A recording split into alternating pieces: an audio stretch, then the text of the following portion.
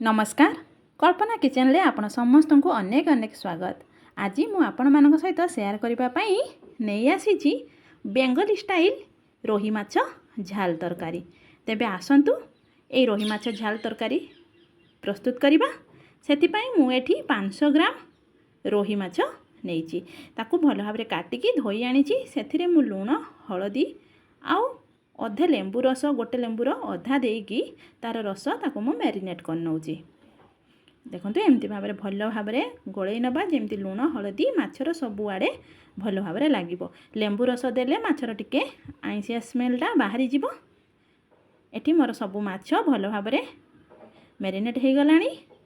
एबे आमे gas flame को ऑन करिबा आउ गोटे करेई बसैबा गरम हबा पई।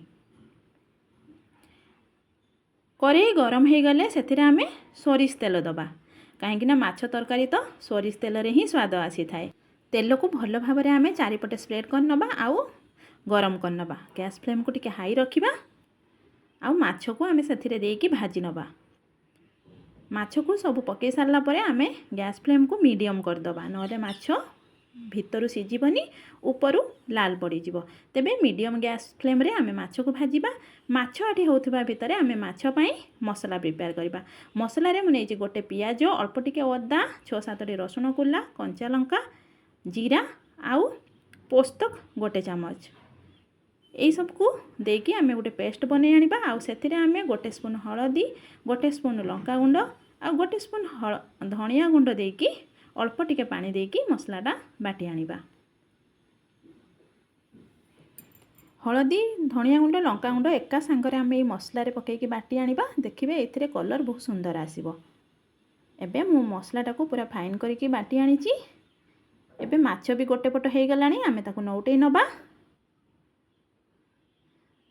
देखंतु माछ मोर केते सुंदर लाल हेकी भाजी हो गलानी। गैस फ्लेम को मीडियम रे आमे माछ भाजुथिबा। एबे माछ भजा मोर संपूर्ण हो गलानी। एबे मो माछ भजा गोटे प्लेट को बाहर करी आनुची। एबे आमे माछ तरकारी पई ग्रेवी प्रस्तुत करिबा।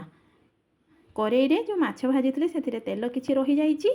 सेतिके तेल रे हमर ग्रेवी प्रस्तुत हेई जिवो। आमे सेई तेल रे अल्प टिके चीनी पकेबा कलर पई। चीनी मेल्ट हेगी कलर हेई आसिले आमे सेथिरे तेजपत्र आउ सब प्रकार गोटा मसला गोटे गोटे पकेबा। तापरे कटा हेकी रहितिबा पियाज को पकेकी भाजी नबा। पियाज टिके ब्राउन कलर हेई आसिले आमे आगुरु बाटिकी रखितिबा मसला को दबा। मु सब मसला को दे दोची तेल रे देकी टिके समय कसी नबा। देखंतु आमे भलो भाबरे कसीबा जेमती मसलार स्मेल भलो भाबरे बाहरी जिवो। आ गैस फ्लेम को लो रखिबा। मसला कसिला बेले आमे सबु बेले ध्यान रखिबा गैस फ्लेम को लो रखिबा पई। आउ से मसला कसिला बेले मु सेथिरे स्वाद अनुसार लुण दउची। माछ भाजिला बेले मु लुण देइथिली तेबे खाली ग्रेवी पई अल्प टिके लुण दउची। आउ मसला पानी टिके देकी मसलाटा को भलो भाबरे कसी नउची। एठी मोर मसला होथबा भितरे आसंतु आमे टमाटो चॉप करनबा। मु एठी चॉपर रे दुईटी बड़ साइज रो टमाटो देइची। आउ सेथिरे अल्प टिके धनिया पत्र देकी पूरा बारीक करके मु चॉप करी आनुची। आपण चाहिले जदि चॉपर नाही तेबे छुरी रे मध्य छोट छोट करके काटी परिबे बा आमे टमाटो प्यूरी मध्य बनै परिबा। मु एठी टमाटो भलो भाबरे चॉप कर नेची। एबे सेही टमाटो को आमे मसला ग्रेवी रे देकी कसीबा। भलो भाबरे आमे कसीबा जे पर्यंत मसला रु तेल साइड रु न बाहर हेजी। एबे पाखापाखि मसला हेई आसलानी आमे टिके समय पई कवर कर नबा काइना टमाटो भलो भाबरे सिझी जाओ। एबे हमर मसला हेई आसलानी।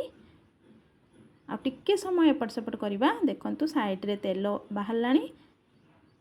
एबे हमर मसला भलो भाबरे हेई गलानी। एबे आमे एथिरे ग्रेवी पई मु एठी अध ताटिए पानी देइची। गोटे ताटिया रे अध ताटिए पानी दउची काना बेसी झोल रखिबानी एटा झाल करिबा सेति पई मु अल्प टिके पानी दउची। गैस फ्लेम को हाई कर दबा आउ पानीटा फुटिबा पई छाड़ी दबा। पानी फुटला परे आमे सेतिरे भजा हेई रहिथिबा माछ को ऐड करिवा। माछ को मु सब पकई देली। एबे आमे याकू फुटिबा पई छाड़ी दबा आउ कवर दे दबा। गैस फ्लेम को मीडियम कर दबा।